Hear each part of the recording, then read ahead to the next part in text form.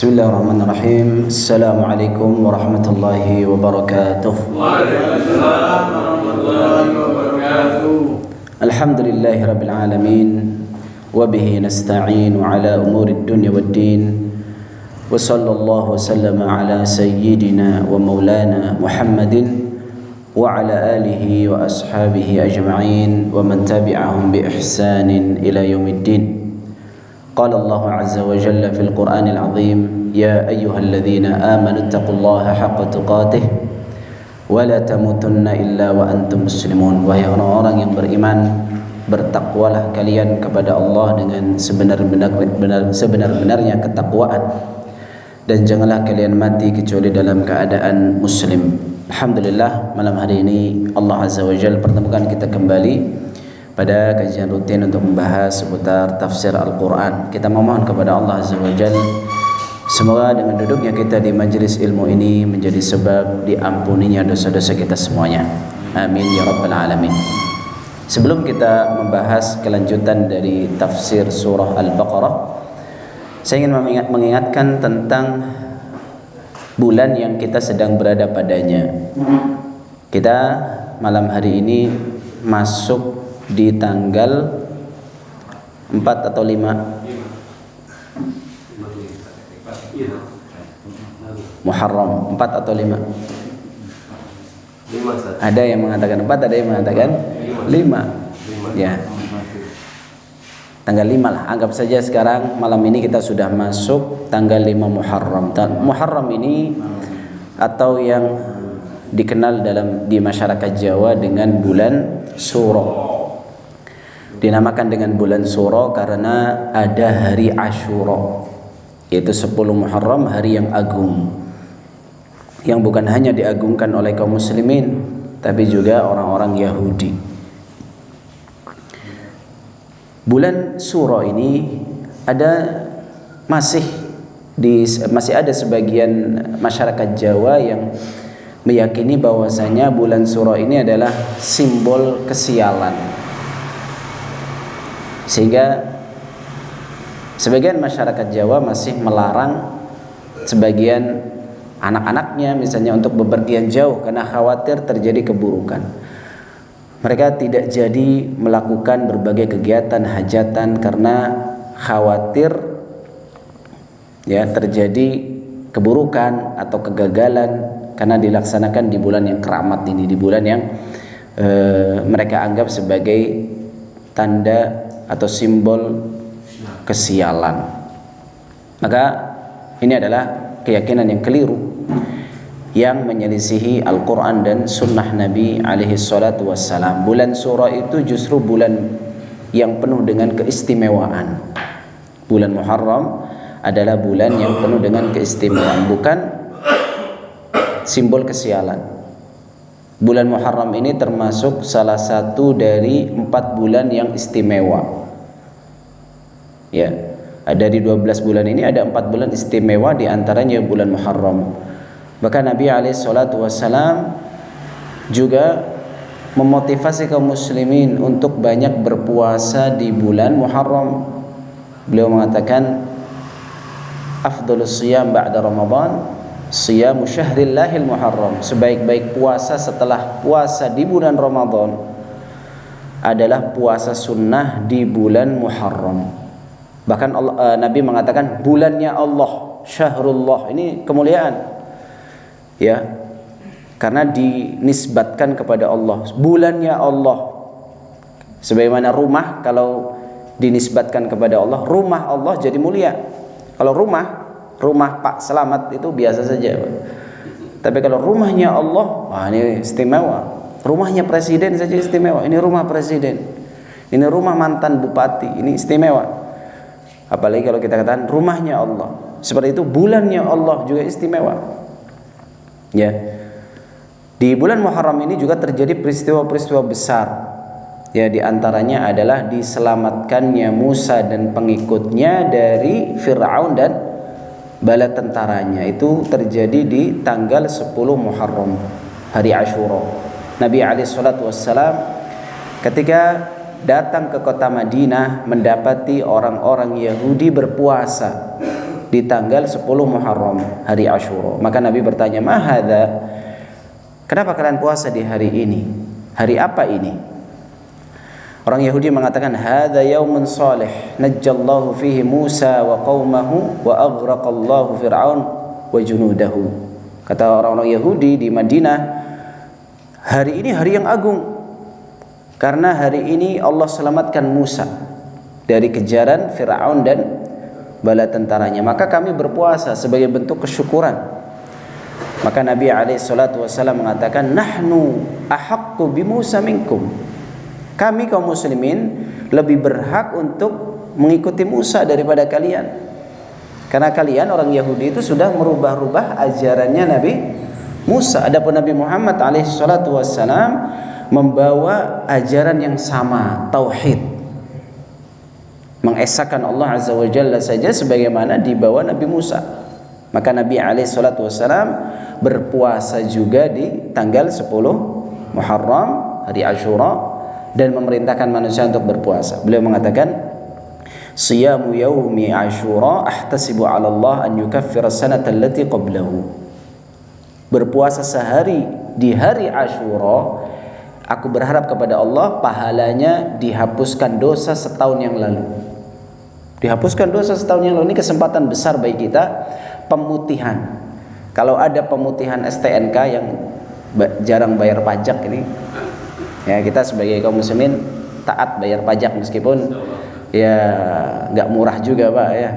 Tapi kita sebagai muslim ahlus sunnah wal jamaah, di antara pokok ajaran ahlus sunnah adalah taat kepada pemerintah kaum muslimin ya, selama bukan perkara maksiat. Adapun kalau maksiat tidak boleh ditaati. Kalau ada pemutihan pajak saja orang rela ngantri, berjam-jam ngantri. Ini beberapa hari ke depan ada pemutihan dosa setahun yang lalu ya, puasa 1 hari dari subuh sampai maghrib, itu nggak lama. Puasa di hari tersebut ya, pahalanya adalah dihapuskan dosa yang telah lalu, setahun yang telah lalu. Maka ini hari yang istimewa, hendaknya setiap kita untuk memperhatikan hari ini, artinya menandai hari ini. Ini dilakukan oleh Nabi SAW. Ibnu Abbas mengatakan, ma ra'aitu Nabi sallallahu alaihi wasallam yataharra siyama yaumin faddalahu ala ghairihi min siyami Asyura. Saya tidak pernah melihat Nabi itu sangat perhatian kepada puasa 1 hari. Perhatiannya luar biasa kepada puasa 1 hari melebihi puasa Asyura. Itu paling diperhatikan oleh Nabi SAW. Maka kita juga demikian mengikuti apa yang dilakukan oleh Rasulullah Sallallahu Alaihi Wasallam. Kapan Pak 10 Muharram? Nah, kan? Hari apa coba? Sabtu, Jumat atau Sabtu atau Ahad? Nah, yang mengatakan hari ini tanggal 5, artinya tanggal 1 Muharramnya itu Kamis, dan itu Muhammadiyah ya. Muhammadiyah itu 1 Muharramnya Kamis. Saya tadi baru lihat kalender Hijriah global. Ya, mereka menetapkan Muhammadiyah menurut ilmu hisab yang mereka gunakan itu Kamis tanggal 1-nya. Berarti 10 Muharramnya Sabtu depan. Sabtu itu dilingkari itu Pak. Kalau pemerintah saya nggak tahu. Pemerintah Jumat kayaknya Pak ya. Berarti hari Asyuranya Ahad depan. Dilingkari tanggal itu. Kalau mau puasa 2 hari malah lebih utama. 9-10 kata Nabi SAW, sumu yauma Asyura wa khaliful yahud. Berpuasalah tanggal 10 Muharram dan selisihilah perbuatan orang Yahudi. Orang Yahudi itu hanya berpuasa 1 hari saja. Sumu yauman qablahu aw yauman ba'dahu. Puasalah sehari sebelumnya atau sehari setelahnya. Ini ada riwayat yang mengatakan berpuasalah sehari sebelumnya dan sehari setelahnya, pakainya. Tapi hadisnya dhaif.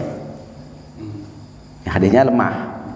Hadis yang sahih adalah sumu yauman qablahu atau sehari sebelumnya atau sehari setelahnya. Ini hadis riwayat Ahmad, hadisnya sahih. Jadi yang paling utama itu berpuasa 2 hari, paling utama. Jadi urutannya itu ada 3 urutan kata para ulama. Yang pertama puasa 2 hari, 9 dan 10. Kalau tadi 10 Muharramnya hari Jumat, hari Sabtu, berarti Jumat Sabtu nanti puasa. Ini yang pertama paling tingginya. Yang kedua, tingkatan yang kedua adalah puasa 3 hari semuanya. Jadi 9, 10, 11. Ini mendapatkan banyak keutamaan kita puasa 3 hari sebulan, atau namanya puasa ayyamul bid. Karena puasa ayyamul bid itu tidak harus 13, 14, 15, tidak harus. Boleh pada tanggal-tanggal selainnya, yang penting 3 hari dalam sebulan. Ya. Puasa 3 hari dalam sebulan. Kemudian peringkat yang ketiga adalah puasa tanggal 10 saja, dan itu boleh. Misalnya kita mungkin pekerjaannya lemah ya, lelah, menjadikan kita lemah untuk berpuasa, nggak apa-apa. Kita puasa tanggal 10 saja, dan itu sunnah juga. Ya, sunnah juga. Intinya puasa. Jangan kita lewatkan bulan ini tanpa ada puasa sama sekali, karena bulan Muharram ini keistimewaannya adalah sebaik-baik puasa sunnah. Sebaik-baik puasa sunnah itu dilakukan di bulan Muharram, bulan Suro ini. Ya, demikian Bapak Ibu sekalian sebagai muqaddimah agar menjadi pengingat kita semuanya, saya pribadi dan jamaah sekalian, untuk memperbanyak bekal sebelum kita menghadap Allah Azza wa Jalla, ya, dipanggil Allah untuk mempertanggungjawabkan semua yang kita ucapkan, tuduhan-tuduhan yang kita ucapkan, atau perbuatan-perbuatan kemaksiatan yang kita lakukan. Maka perbanyak amal ibadah supaya semua itu, amalan itu bisa meringankan dari berbagai kesalahan-kesalahan kita semuanya. Wallahu waliyut taufik. Semoga Allah memberikan taufik kepada kita semua. Kita akan baca seperti biasa, kita baca bersama dulu surah Al-Baqarah ayat 17 Bapak Ibu sekalian sampai 24 ya, 1 halaman. Kita baca 1 halaman insyaallah. A'udzu billahi minasy syaithanir rajim. Bismillahirrahmanirrahim. Mathaluhum kamathalil ladzi istawqada naran falamma adaa'at ma hawlahu dhahaballahu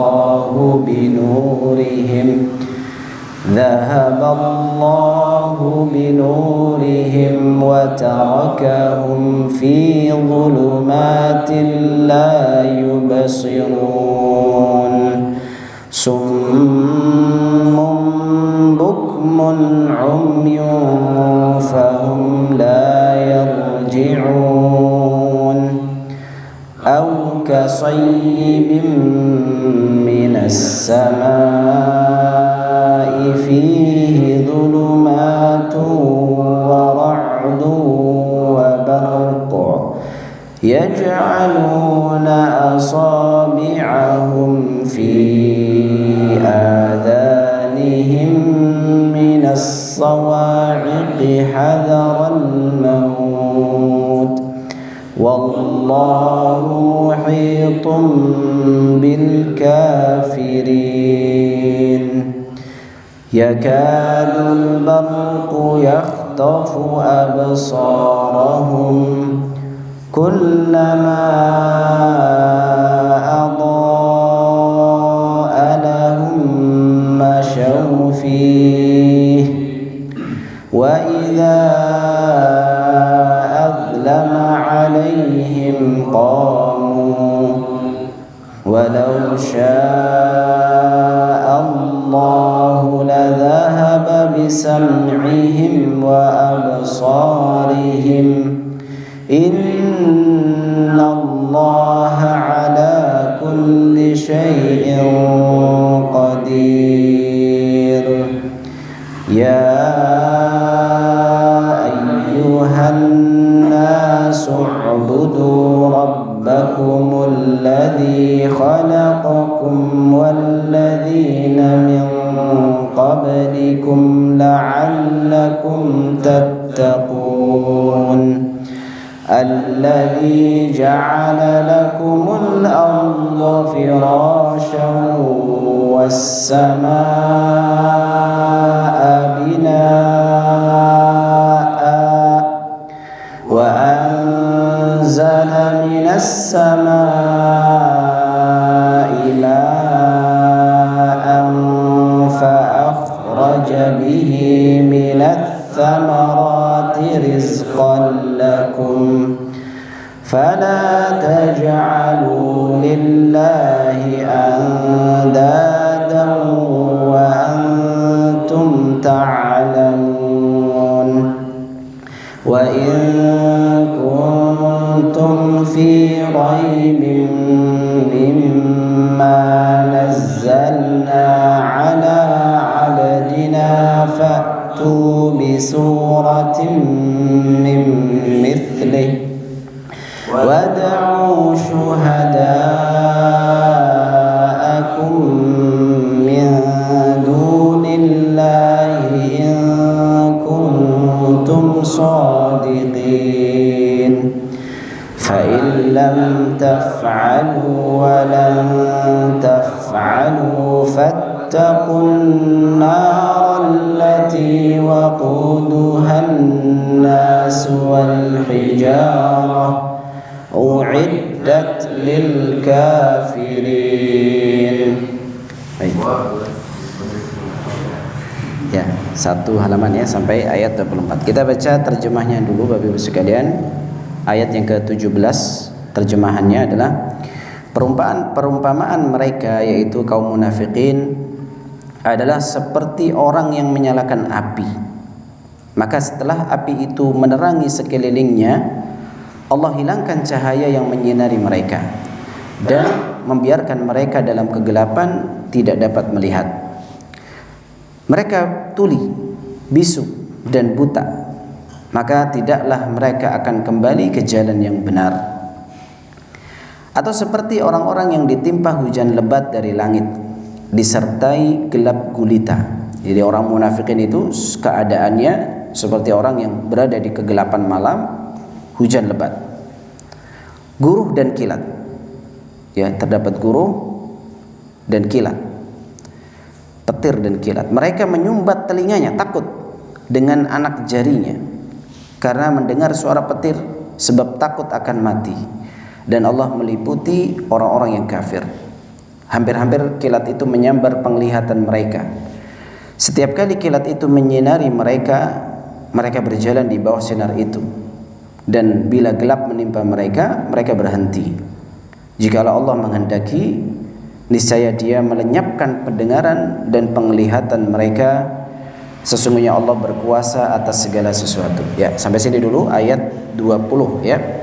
Pelajaran yang kita bisa ambil adalah permisalan yang Allah Azza wa Jalla misalkan orang munafikin itu ada dua di sini. Dari ayat 17 sampai 20. Permisalan pertama adalah seperti orang yang menyalakan api di tengah malam. Di gelap, dalam keadaan gelap gulita, ada orang yang menyalakan api, tentunya mengeluarkan cahaya. Orang-orang munafikin ini nggak punya api, nggak punya cahaya, sehingga hanya bisa nebeng. Maksudnya apa? Orang munafikun itu dulu ngaku-ngaku muslim. Orang muslim, orang mukmin itu punya cahaya, namanya cahaya iman. Orang munafikin itu dulu di kota Madinah, mereka kenapa mengaku muslim padahal mereka non muslim? Mereka itu Yahudi atau orang-orang musyrikin yang mengaku Islam. Alasannya cuma satu sederhana, Alasannya supaya tidak diperangi dan tidak diambil hartanya. Karena dulu di kota Madinah ada kesepakatan piagam Madinah, ya, tidak saling mengganggu, tapi orang-orang harus jelas agamanya gitu. Islam atau Yahudi. Kalau Yahudi maka mereka harus bayar upeti, jizyah. Nah, orang-orang munafikin ini wah nggak mau bayar uang, mending ngaku-ngaku saja supaya apa? Supaya aman. Jadi nggak bayar uang, ya, ngaku-ngaku mereka Muslim, jadi tidak berkurang uangnya. Nah, ini banyak di kota Madinah orang-orang munafikin, dan ini tidak ada di kota Mekah, hanya di kota Madinah saja. Jadi permisalan orang munafikin itu dalam kegelapan. Mereka nebeng kepada cahaya orang-orang beriman. Lalu kata Allah apa? Ketika cahaya itu menerangi sekelilingnya, Allah hilangkan cahaya itu. Artinya dicabut nyawanya dalam keadaan masih munafik, sehingga mereka dalam kegelapan. Ya, dicabut cahaya iman dari hati mereka. Karena orang-orang munafikin itu kenapa Allah katakan summun bukmun umyun fahum la yaqilun? Mereka tuli. Ya, summun itu apa? Tuli, bukmun, bisu, umyun, buta. Ya, kenapa Allah bahasakan itu? Karena mereka sudah tahu kebenaran tapi ditinggalkan kebenaran itu. Ya, jadi kata Ibnu Katsir dijelaskan bahwasanya orang itu, ada orang yang tidak tahu, kalau diajari nurut, ini lebih mudah. Orang nggak tahu diajari nurut. Ada orang yang sudah tahu diajari nggak mau. Maksudnya sudah tahu ini keliru pemahamannya. Seperti orang-orang munafikin, mereka mengira mereka selamat, aman. Ya, mereka menipu Allah Azza wa Jalla sebagaimana ayat yang sudah kita bahas. Yukhadi'un Allah wa huwa khadi'uhum. Ya, mereka menipu Allah, justru Allah yang membalas tipuan mereka. Jadi orang-orang munafikin ini, ya, Allah Azza wa Jalla permisalkan seperti orang yang nebeng kepada cahaya imannya orang-orang beriman untuk cari selamat. Mereka tahu bahwasanya orang-orang beriman itu berada di atas kebenaran. Hanya saja mereka nggak mau ikuti. Itu yang namanya al-mu'ridun, orang-orang yang berpaling setelah kebenaran datang kepada mereka. Maka Allah sifati mereka dengan bisu, tuli, bisu dan buta. Maksudnya tuli dari mendengar kebenaran. Mereka dengar kebenaran itu, tapi mereka tidak bisa memahaminya. Dianggap tuli. Orang munafikin itu mendengar Nabi bersabda, Nabi menyampaikan pelajaran itu dengar, tapi nggak mau menerimanya. Na'udzubillah. Maka ini perhatian kepada kita semua Bapak Ibu sekalian. Kita sering dengar kajian misalnya, ayat-ayat Al-Quran, hadis-hadis Nabi SAW. Kok kita nggak berubah juga amalannya? Yang lisannya suka mencela tetap suka mencela, yang suka menuduh tetap suka menuduh, yang malas sholat tetap malas sholat, yang suka kawin tetap suka kawin, misalnya gitu. Nggak berubah. Maka ini bisa jadi kita ditulikan oleh Allah Azza wa Jalla, mendengar tapi nggak masuk. Saya pernah ketemu dengan seorang Pak, subhanallah, cerita dulu ketika saya masih sekolah, sebelum ngaji itu masih dengarkan musik, bahkan pemain musik. Bertahun-tahun saya dengarkan khutbah, nggak ada yang masuk di telinga saya, nggak ada yang masuk di telinga saya. Setelah saya tinggalkan musik itu semua, ya, dia mulai apa? Mulai ngaji, bener baca Quran, hadir di pengajian, dia mulai tinggalkan kemaksiatan. Baru setiap duduk khutbah pasti dia ada hal yang dia bisa ambil manfaatnya. Oh ya benar, entah itu nasihat kematian, entah itu nasihat ketakwaan, tapi ada saja yang diambil manfaat. Itulah tanda pendengaran kita masih normal. Jadi normalnya pendengaran kita bukan hanya sekedar dengar, tapi dengar nasihat Al-Quran dan Sunnah lalu masuk ke dalam hati kita, kita bisa amalkan, bisa merubah tindak tanduk kita, ucapan kita dalam keseharian. Dan itu memang seperti itu ya Bapak Ibu sekalian. Orang yang masih suka dengan musik itu nggak masuk nasihat-nasihat Al-Quran dan Sunnah itu nggak masuk. Saya pernah mendengar seorang syekh masih hidup, sudah sepuh sekali di Arab Saudi. Ini ada videonya. Dia dulu madhabnya madhab Dhahiri yang membolehkan musik. Memang ada musik itu diperbolehkan oleh sebagian ulama. Di akhir hayatnya dia menangis dan banyak baca Quran tiap hari, pegangannya Al-Quran terus. Dia katakan, saya sudah pernah mencoba pendapat musik itu mubah, maka saya nggak bisa menikmati sholat saya tidak bisa menikmati bacaan Quran saya baru bisa mendapati nikmatnya sholat dan baca Quran setelah saya tinggalkan itu semuanya. Ini ulama loh Pak, bukan orang biasa, ulama, namanya Syekh Abdul Aqil Al-Dhahiri. Udah mengalami berbagai gejolak dalam hidupnya. Akhirnya dia jujur, alhamdulillah masih diberi kesehatan, masih diberi umur, sehingga dia bisa jujur mengatakan jangan coba-coba. Ya memang mungkin Anda berpendapat musik itu boleh, tapi jangan biasakan mendengar musik, karena itu bisa menghalangi seorang dari mendengar kebenaran. Dia dengar tapi nggak masuk.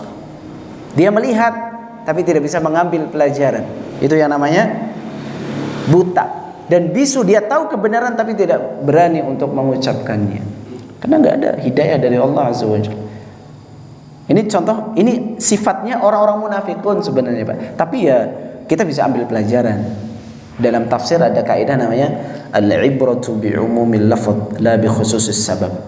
Yang menjadi pelajaran itu keumuman lafadznya, bukan sebab turunnya. Ya memang ayat ini sebab turunnya kepada orang-orang munafik, tapi tidak berarti kita tidak bisa mengambil pelajaran juga. Ya, kita bisa mengambil pelajaran dari permisalan yang Allah buat untuk kaum munafikin. Yang kedua, yaitu pada ayat yang ke-19, Allah mempermisalkan kaum munafikin seperti orang yang berada di tengah malam, yang dia ketakutan karena mendengar petir dan melihat kilat. Takut. Itu orang munafikin itu senantiasa dalam ketakutan hatinya, tidak tenang. Nah, ini ciri Pak ya. Di antara ciri seorang tidak di atas hidayah itu selalu merasa takut untuk mengucapkan apa yang dia yakini. Gak berani mengucapkan, terang-terangan itu gak berani. Kalau mau terang-terangan nanti ketahuan, oh ternyata ini adalah kelompok yang suka mengkafirkan kaum muslimin misalnya gitu. Kan ada ya, ada sebagian kelompok meskipun sebenarnya sudah dilarang lama, yang namanya Islam Jamaah, ya sudah dilarang lama di Indonesia, MUI ada fatwanya. Ya tapi ganti nama. Insyaallah tahu nih Bapak ya. Mereka ada istilah namanya budi pekerti. Apa ya? Siapa yang mantan ini? Budi pekerti Pak, budi luhur, budi pekerti ya. Budi pekerti itu PMP Pak.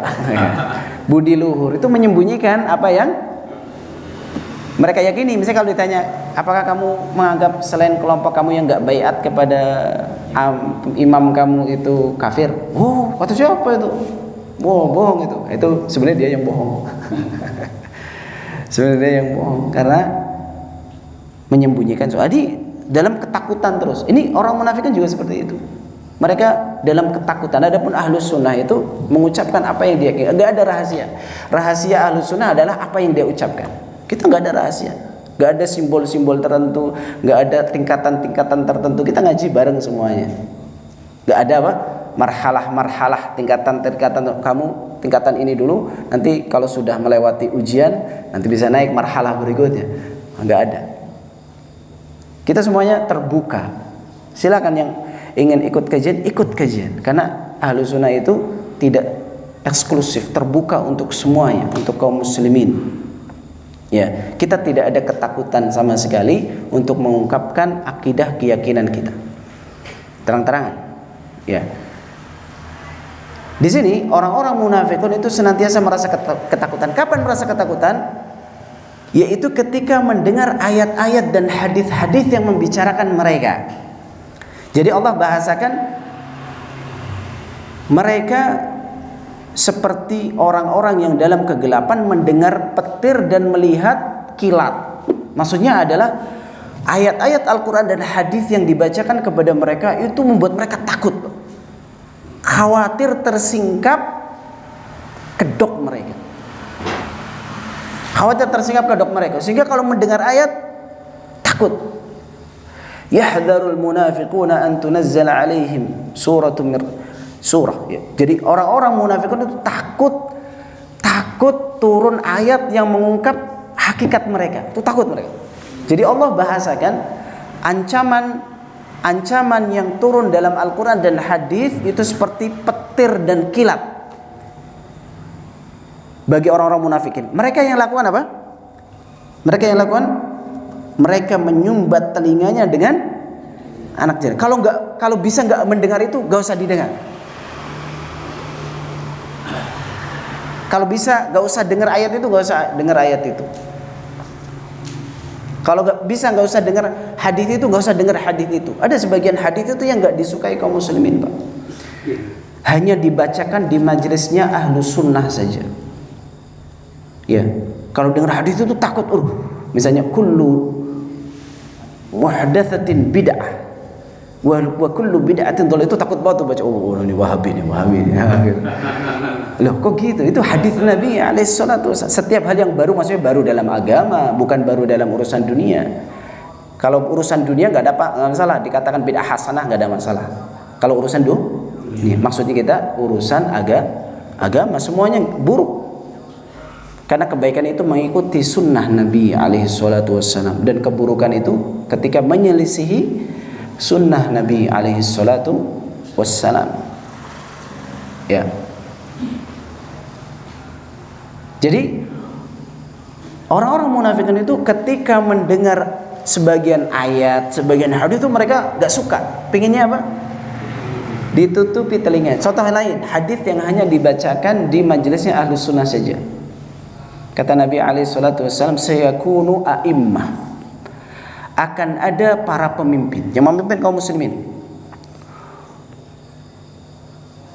Juthmanuhum juthmanu insin wa qulubuhum qulubus syayatin. Tubuh mereka tubuh manusia, hatinya hati setan. Yahtaduna bighairi hadi wa yastannuna bighairi sunnati. Mereka menjalankan hukum yang bukan hukumnya Rasulullah sallallahu alaihi wasallam. Mereka tidak menjalankan sunnah, bahkan menyelisihinya. Hati-hati mereka hati setan, tapi tubuhnya tubuh manusia. Mereka berhukum dengan hal-hal yang menyelisihi sunnah Nabi. Maka para sahabat bertanya, "Madza ta'muruna?" Kalau kita mendapati zaman itu, apa yang Anda perintahkan kepada kami ya Rasulullah? Kata Nabi, isma' wa ati' wa in duriba dhahruka wa ukhidha maluk. Tetap dengar dan taat kepada pemimpin selama dia muslim, meskipun diambil hartamu, dipukul punggungmu. Sabar. Itu gak semua orang bisa mendengar hadis ini, Pak. Ini diantara pokok ahlu sunnah. Kita taat kepada pemimpin kaum muslimin selama dia masih muslim tentunya, dan juga tidak memerintahkan kepada kemaksiatan. Kalau kemaksiatan kita enggak taati, enggak boleh taat. La ta'ata li makhluqin fi ma'siyatil khaliq. Tidak boleh taat kepada makhluk kalau itu bermaksiat kepada Khaliq Allah sang pencipta, enggak boleh taat. Misalnya riba boleh. Pemerintah kan riba boleh. Ya, kita katakan enggak, riba haram, enggak boleh, dan kita enggak bermuamalah dengan riba, enggak mau. Khamr boleh. Khamr kan boleh, Pak? Boleh. 18 tahun ke atas. Kita katakan khamr tetap haram walaupun 18 ke atas atau 18 ke bawah, semuanya haram. Paham, Pak ya? Ini akidah kita, akidah Ahlus Sunnah wal Jamaah, taat kepada pemimpin, dan tidak ada kelompok yang meyakini taat kepada pemimpin kaum muslimin sebagai agama selain Ahlus Sunnah. Itu agama, Pak. Kita taat mendoakan pemimpin, ya, mendoakan pemimpin dengan kebaikan, mendoakan mereka untuk senantiasa di atas hidayah, petunjuk, semoga dimudahkan, diberikan penasehat-penasehat yang tulus, yang menasihati dengan benar. Itu hanya Ahlus Sunnah wal Jamaah saja. Selainnya mengkritik, dikritik, dijatuhkan karena pengen apa? Fulus. Kalau dapat fulus, diam. Kalau dapat fulus, diam. Tapi kalau nggak dapat fulus, teriak-teriak. Jadi yang penting ada fulus. Maafi fulus, mampus gitu. Ya. Nggak ada fulus, mampus. Ya. Ya. Nggak, Ahlus Sunnah nggak. Jadi ayat-ayat, hadis-hadis yang didengar, yang turun kepada orang-orang munafikin, mereka takut. Kalau bisa ditutup pendengarannya, tutup saja, nggak usah dengar itu. Saking apa? Saking takutnya gitu, saking menyinggung mereka. Nah, kalau Ahlus Sunnah, kalau ada sesuatu yang mungkin kita salah, kita rujuk kepada kebenaran, karena kita lebih cinta kepada kebenaran daripada ustadz kita, daripada kelompok kita. Itu ciri Ahlus Sunnah, tidak ta'assub, tidak fanatik kepada satu kelompok tertentu, satu pendapat tertentu, enggak. Selama itu kebenaran kita terima dari siapapun itu. Nabi SAW pernah mengatakan kepada Abu Hurairah ketika setan ngajari Abu Hurairah baca ayat kursi sebelum tidur. Benar gak itu? Betul, kata Nabi, shadaqaka wa huwa kadzub. Dia itu memang asalnya sukanya dusta, tapi saat ini benar. Terima itu. Itu Nabi ngajari kita. Kebenaran itu kita ambil dari siapapun. Yang penting itu benar. Kita nggak lihat itu kelompok kita atau enggak tuh.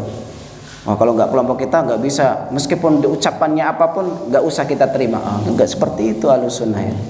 Ahlus Sunnah itu sangat tunduk, rendah hati kepada kebenaran. Selama itu kebenaran, kita terima dari siapapun. Cuma masalahnya Anda tahu itu benar atau enggak, itu dari mana? Maksudnya, oh ini benar nih, ini salah nih. Kalau Anda nggak punya penyaringnya, nggak bisa, Pak. Ya enggak? Maka tanyakan kepada ahlinya. Fas'alu ahla dzikr in kuntum la ta'lamun. Kalau Anda tidak tahu, tanya kepada ahlinya. Ahli ilmu. Ucapan ini benar atau enggak? Oh, ini ucapannya tidak benar. Ucapan ini benar enggak? Benar, terima saja. Tapi dia dari kelompok yang sukanya menjatuhkan kita. Enggak ada masalah. Apa masalah Anda sama dia? Kalau dia suka menjatuhkan Anda jangan jatuhkan dia. Kalau itu kebenaran, terima kebenaran itu. Itu akhlaknya Ahlus Sunnah. Akhlaknya Ahlus Sunnah. Kadang salah menafsirkan. Najd itu bukan Riyadh, bukan Arab Saudi. Hadisnya Nabi SAW, Najd itu Irak sekarang, Iran. Nah, ini perlu juga baca hadis, terjemah hadis ya, syarah hadis yang benar. Najd itu bukan sekarang Najd yang dinamakan Riyadh atau Arab Saudi, bukan. Najd itu Iran. Irak, Iran dan dari dulu memang fitnah munculnya dari sana, Syiah maksudnya.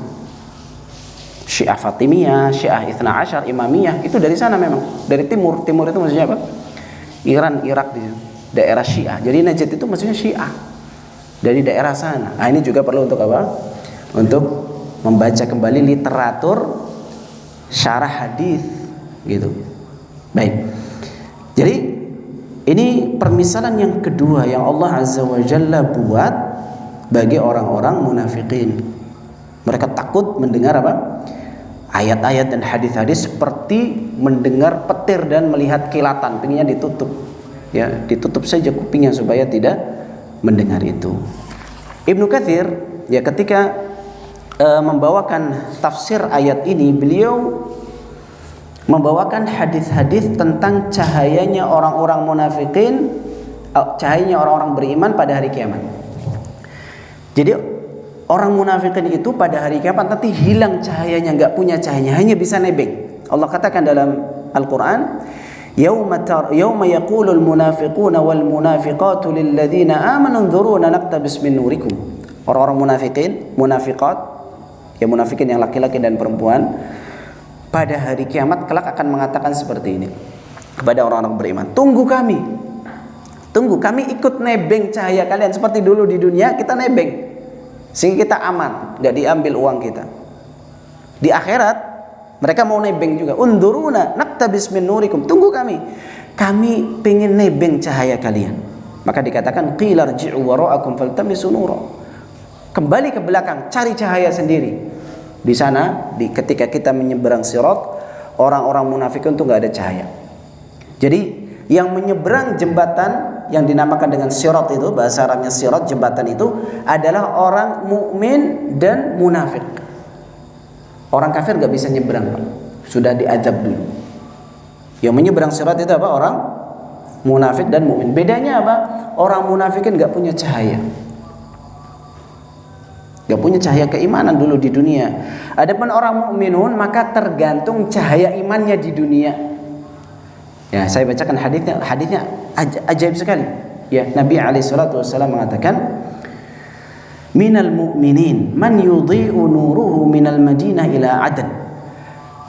Kelak ketika menyeberang sirat itu, dan sirat itu gelap, ada di antara kaum mukminin yang cahayanya seterang cahaya dari kota Madinah ke kota Aden, Yaman. Dari Madinah, kalau sekarang Arab Saudi, ke Aden itu di Yaman, ke selatan juga. Berarti luar biasa terangnya. Ya. Hatta inna minal mu'minin man la yudhi'u nuruhu illa mawdi'a qadamih. Dan ada juga di antara kaum mukminin yang cahayanya hanya sebesar kakinya saja. Jadi cahayanya beda-beda itu, Pak. Ada yang cahayanya sangat terang, ada yang cahayanya hanya sebesar kedua kaki telapak kakinya saja, kecil. Itu deg-degan gitu, Pak. Kita di atas sirat, kalau jatuh itu jatuh ke neraka. Keadaannya gelap, kita butuh cahaya, kita sangat butuh kepada cahaya. Orang munafikun pengennya apa? Nebeng nih, unduruna naktabis min nurikum, kata Allah. Tunggu kami ikut nebeng. Gak boleh. Orang munafik gak boleh. Orang mukminun jalan sendiri-sendiri. Ini diantara waktu orang beriman lupa akan anak dan istrinya. Pada hari kiamat, seorang itu tidak lupa anak dan istrinya. Kecuali dalam beberapa tempat. Di antaranya adalah ketika menyeberangi sirat sampai selesai, baru ingat lagi, istri saya selamat gak? Anak saya selamat gak? Bapak-bapak gitu gak? Kalau makan ingat-ingat istrinya kan? Enggak juga ya. Kalau makan enak, ya ingat istri anak gitu. Kita tiap hari ingat anak istri lah. Ya anak lah. Kalau istri mungkin istri yang mana dulu ini? Istri cuma satu ya. Ya itu saja yang diingat. Ya, kalau kita keluar makan, kalau kita keluar lah pulang, belilah makanan buat istri dan anak-anak, kita ingat. Tapi ada satu waktu kita lupa istri dan anak kita, orang tua kita lupa. Ketika menyeberang apa? Karena sangat mengerikan sekali keadaannya. Dan ini tergantung cahaya kita, Pak. Cahaya iman kita di dunia. Semakin kuat keimanan kita di dunia, maka semakin terang juga cahayanya pada hari kiamat. Tapi semakin lemah iman kita, ya semakin lemah juga cahayanya pada hari kiamat. Ibnu Mas'ud radhiyallahu anhu juga mengatakan, yu'tauna nuruhum ala qadri a'malihim. Orang-orang beriman itu akan diberikan cahaya sesuai kadar amalannya. Sesuai kadar amal. Baca Qur'annya gimana? Sholat sunnahnya gimana? Sholat malamnya gimana? Puasa sunnahnya gimana? Sedekah sunnahnya gimana? Ngajinya gimana? Ngantuk atau enggak ngantuk? So, ngantuk-ngantuk ya kurang gitu. Ya. Ala qadri amalim, sesuai dengan amalan mereka. Faminhum man yu'ta nuruhu kan nakhlah. Ada di antara orang beriman akan diberi cahaya sebesar pohon kurma. Mayan ini. Pohon kurma, Pak, gede itu. Iya. Wa minhum man yu'ta nuruhu karrajulil qa'im. Ada juga yang diberikan cahaya seperti orang yang berdiri, laki-laki yang berdiri. Lumayan. Cuma tidak lebih besar dari pohon kurma. Wa adnahum nuran ala ibhamihi yatfa'u marratan wa yattaqidu marratan. Dan yang paling minimnya itu orang beriman cahayanya hanya sebesar jempol kakinya saja. Kadang-kadang mati, kadang-kadang hidup. Itu kata Ibnu Mas'ud. Allahu Akbar. Kadang mati, kadang hidup. Hadis riwayat Ibnu Jarir. Gimana itu perasaannya, Pak?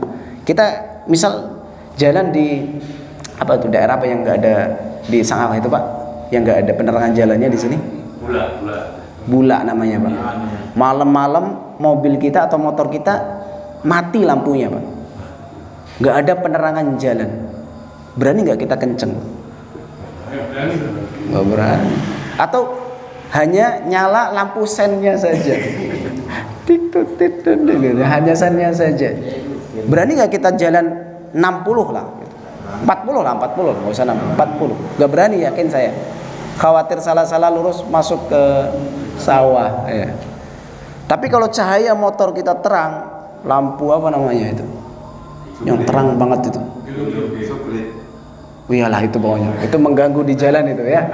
Saya sebel banget kalau naik mobil lawan lawan depan kita pakainya lampu yang terang banget itu, kita nggak lihat jalan, mengganggu. Gak boleh Pak ya, yang punya kayak gitu diganti Pak. Ya, cahaya biasa saja, kita cahayanya terang, kita berani itu gaspol 100 berani lah, 120 berani. Kalau cahayanya terang. Tapi kalau cahayanya redup sebesar jempol ibu jari, kadang hidup kadang mati. Kalau hidup berani jalan, kalau mati berhenti dulu, nunggu dulu, cari aman. Khawatirnya salah-salah langkah masuknya ke neraka jahanam Pak, bukan keprosok ke sawah. Ini masuk salah nginjek, masuknya ke neraka jahanam. Maka ini Bapak Ibu sekalian, mumpung kita masih diberi umur, sisa usia kita manfaatkan dengan baik. Ya, segala hal yang bisa menyebabkan permusuhan antara kaum muslimin jauhilah, nggak perlu itu. Karena pada hari kiamat kita nggak butuh itu membela kelompok-kelompok tertentu. Kita butuh kita sendiri yang dibela dengan amalan kita. Karena ngaji itu harusnya menyatukan kaum muslimin, bukan memecah belah kaum muslimin. Kita ngaji itu bersatu jadinya. Selama itu kesalahan yang bisa dimaafkan, maafkan sajalah.